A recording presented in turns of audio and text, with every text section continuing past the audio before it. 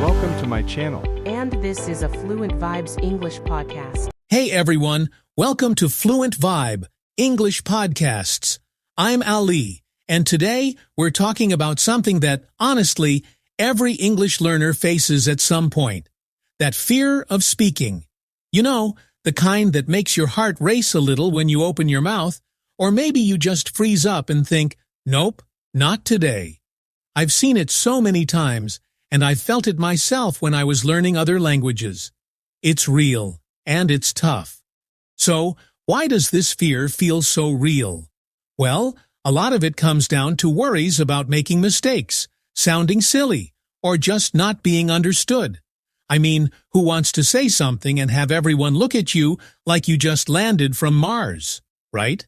There's also that anxiety about your accent, like, oh, my accent's too strong, people are gonna judge me. But here's the thing. Most people aren't judging you nearly as much as you think. In fact, your accent is a part of your story. It's a sign of your journey, not a problem to hide. I remember my first teaching job. This was years ago, and I had a student. Let's call her Mariah. She was so worried about her accent, she barely spoke in class. But one day, I asked her to share a story about her hometown, and she just lit up. Her accent? It made her story even more interesting. The other students loved it. By the end of the semester, she was the one everyone wanted to partner with. That's when I realized the fear is real, but it doesn't have to control you. Your accent, your mistakes, your unique way of speaking, they're all part of what makes you, you. So, if you're feeling that fear, just know you're not alone. It's normal, but it's also something you can work through, step by step. And that's what we're going to dig into next. All right, let's get practical. How do you actually build confidence in English? I always tell my students, start small. You don't have to give a speech on day one, just say one sentence out loud.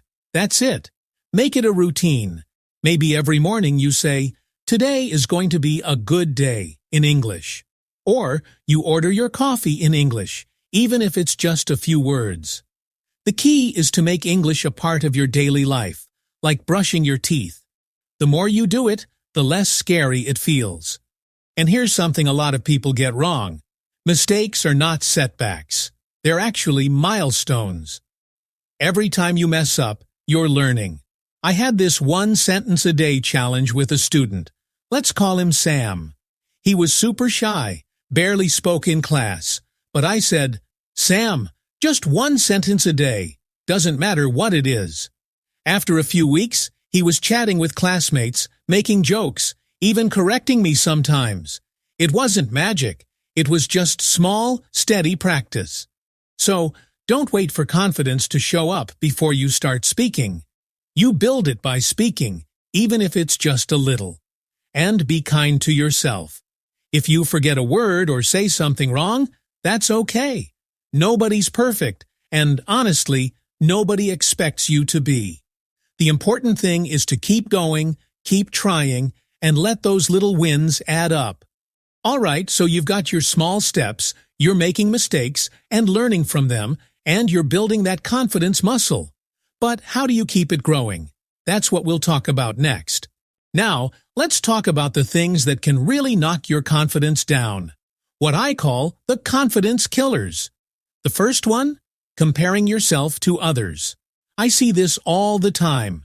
You hear someone speak English fluently and think, wow, I'll never sound like that. But you don't know their story. Maybe they've been practicing for years, or maybe they live in an English-speaking country.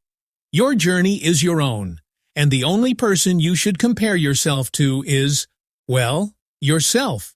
Are you better than you were last month? That's what matters. The second big one is negative self-talk. That little voice in your head that says, you're not good enough, or you'll never get this. Trust me, everyone has that voice sometimes, even native speakers. The trick is not to believe it. Talk to yourself like you would to a friend. Be patient. Be kind. Say, I'm learning, I'm trying, and I'm getting better. It sounds simple, but it really works. And the third confidence killer? Only speaking in safe places. It's easy to stick to what's comfortable. Maybe you only speak English in class, or with people you know won't judge you. But real growth happens when you step outside that comfort zone, even just a little. In my community, we started a thing where learners would send short voice messages to each other, or say hello to a stranger in English. At first, everyone was nervous, but after a few tries, people started to feel proud of themselves.